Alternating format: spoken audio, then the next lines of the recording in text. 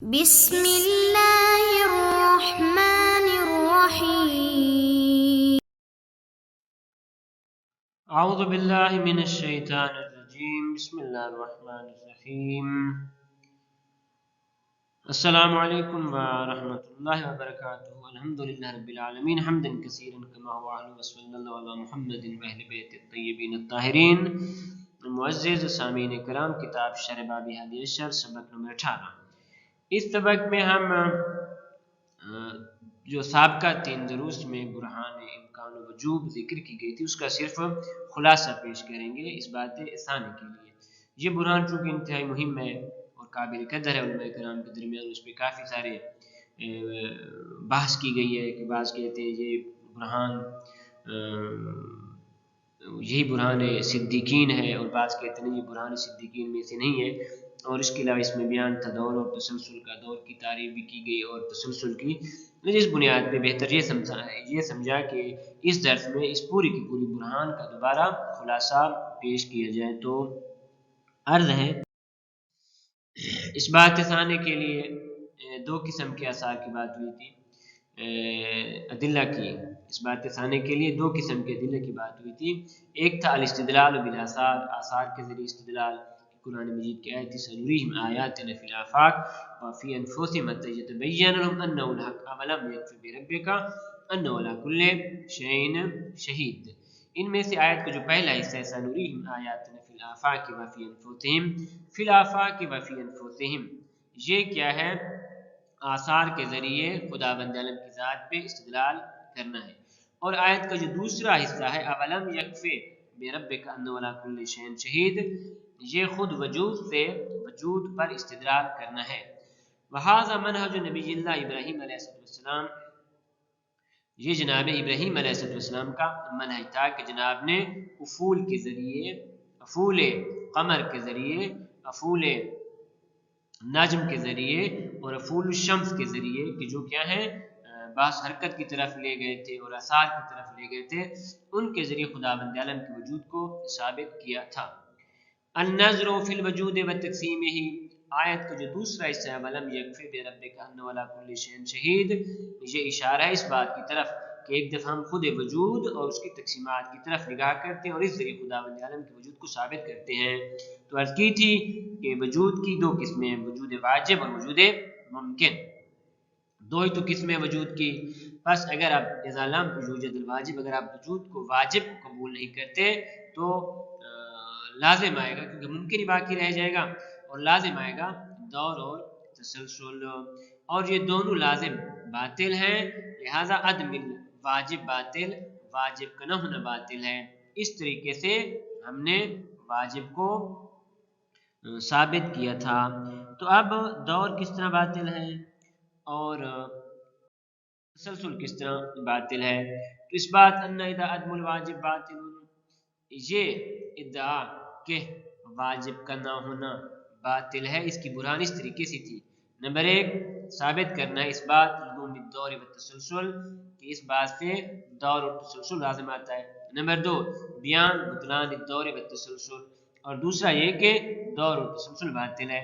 تو سب سے پہلا ادعا کہ لازم آتا ہے دور اور تسلسل، اس بات لزوم الدور و تسلسل، وہ اس طریقے سے ہے کہ وجود ماہیات تتصف بالوجود الخارجی بالضرورہ، کہ ہمارے پاس ماہیات موجود ہیں کہ جو وجود خارجی کے ساتھ متصف ہے. وہ ماہیات جس طرح سما ہے، عرض ہے، ماء ہے، بشر، جتنے بھی ممکنات ہیں، یہ ساری کی ساری ماہیت ہے، مخلوقات ساری کی ساری کے ماہیتیں ہیں. تو جب یہ ماہیات موجود ہیں تو اب سوال یہ ہے کہ آیا واجب ان کے ساتھ موجود ہے یا موجود نہیں ہے. تو فرماتے ہیں اذا کان الواجب موجودا معها ثابت المطلوب، اگر واجب ان کے ساتھ موجود ہے تو ہمارا مطلوب ثابت ہے. اذا کان الواجب غیر موجود معها، اگر واجب ان کے ساتھ موجود نہیں ہے تو اس کے لیے ہمیں لاستلزام اشتراک الوجودات فی الامکان، یہ لازم آئے گا کہ جتنے بھی موجودات ہیں سارے کے سارے ممکن ہیں. تو جب سارے کے سارے ممکن ہیں اور ممکن اپنے وجود میں محتاج ہوتے ہیں مؤثر کا، لذا فلا بد لها من مؤثر، اس کے لیے مؤثر ہونا ضروری ہے.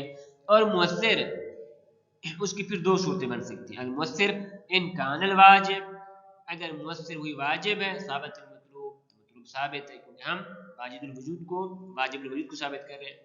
اور اگر آپ کہیں نا وہ جو مؤثر ہے وہ ممکن ہے افتکرا لمؤثر تو وہ ممکن آگے اور مؤثر کا محتاج ہوگا. پھر وہ جو تیسرا مؤثر ہے ان کا نفسہ اگر وہ خود مؤثر ہے آگے سلسلہ آگے نہیں لے جا رہا لازم الدور تو اس سے دور لازم آئے گا کہ ایک چیز بلاخر خود اپنے اوپر موقوف ہو جائے. اگر آپ کہیں نا اس مؤثر کے آگے ایک دوسرا مؤثر ہے ممکن آخر تو لازم التسلسل اس سے تسلسل لازم آئے گا. پس جہاں ابھی ہم نے یہ اس بات کیا کہ اگر آپ وجود واجب کو قبول نہیں کرتے تو دور یا تسلسل لازم آتا ہے. اب اس کا بطلان بیان بطلان الدور و تسلسل دور اور تسلسل دونوں باطل ہیں. دور کسے کہتے ہیں توقف الشیء علی ما یتوقف علیہ کسی چیز کا موقوف ہونا ایسی چیز پہ جو چیز اس پہ موقوف ہو وہ باطل یہ باطل ہے. کیوں باطل ہے یلزم ان یکون الشیء الواحد موجودا و معدوما کیونکہ اسے یہ لازم آتا ہے کہ شیء واحد موجود بھی ہو اور معدوم بھی ہو اور ھذا محال یہ چیز محال ہے. تسلسل کسے کہتے ہیں تسلسل ترتب علل و معلولات علل اور معلولات کا اس طریقے سے اکٹھ ہو جانا کہ یکون السابق علتا فی وجود لاحقہ تو ان میں سے پہلے والا بعد والے کے لیے علت ہو.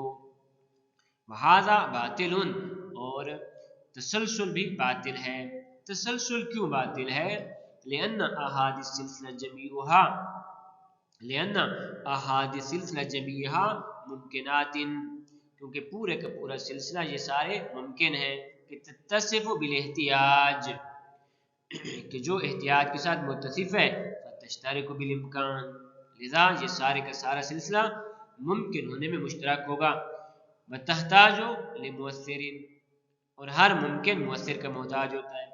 اب والمؤثر جو مؤثر اما نفسها او جزءها او الخارج تین فرد اس کے مؤثر کے یا خود ہے سلسلہ یا جزء سلسلہ ہے یا خارج سلسلہ ہے وکلها باطلہ تینوں فرد باطل ہیں. کیوں باطل ہیں خود سلسلہ نفسها باطل ہے کیونکہ استحالت و تاثیر شیء فی نفسہ اسے یہ لازم آتا ہے کہ ایک شے خود اپنے اندر تاثیر ڈالے اور یہ محال ہے.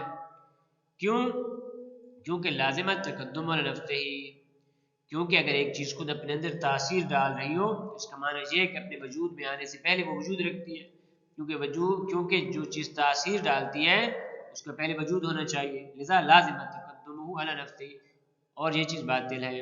اگر آپ کا جزء سلسلہ ہے تو اس پہ بھی صاحب کا اشکال تقریباً لازم آتا ہے. لازمہ تاثیر الشیء فی نفسہ اور لازمہ تقدم الجزء علی نفسہ جزء اس سے مقدم ہو جائے وإلا نہیں اور یہ بھی باطل ہے.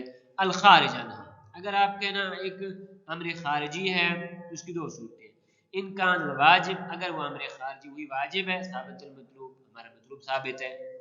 اگر آپ کہیں کہ وہ خارج واجب نہیں ہے تو ان کان امر خارج عنہا تو وہ امر کہ جو واجب تو نہیں ہے اور اس سے باہر ہے تو اور اس میں تاثیر بھی ڈال رہا ہے تو لازمہ اجتماع علتین مستقلتین علی معلول واحد شخصی کہ معلول واحد پہ دو مستقل علت آ جائیں اور یہ بھی باطل ہے. کیونکہ اس سے اجتماع نقیضین لازم آتا ہے. خود بیان فرما رہے ہیں بیان البطلان کس طرح باطل ہے.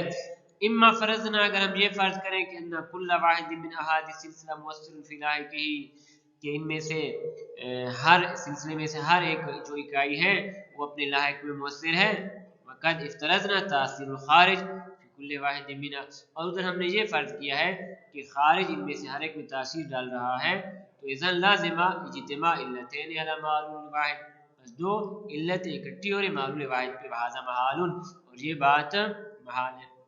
وإلا اور اگر آپ کہنا جی یہ دو علتیں نہیں ہیں بلکہ ایک علت ہے تو جب ایک علت ہے تو بس دوسری علت نہیں ہے تو اجتماع نقیضین لازم آئے گا. وإلا یعنی اگر یہ اجتماع لازم نہ ہے تو استغنى المعلول عن المؤثر من السلسلہ والخارج عنها. تو گویا معلول مؤثر از سلسلہ یعنی سلسلہ میں سے جو چیز اس میں تاثیر ڈالنے والی ہے معلول یا اس سے مستغنی ہے یا اس خارجی سے مستغنی ہے. والخارج عنها گویا ان میں سے ایک علت اور دوسری علت نہیں ہے. فیجتمع النقیضان بس نقیضین اکٹھی ہو رہی ہیں.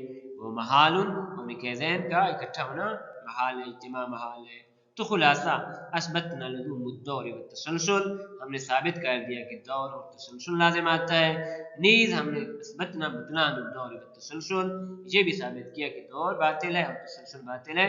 اذن لازم المطلوب تو یہاں سے ہمارا مطلوب لازم آتا ہے وہ وجود الواجب تعالی وہ خداوند عالم کا وجود یا وجود ثانی.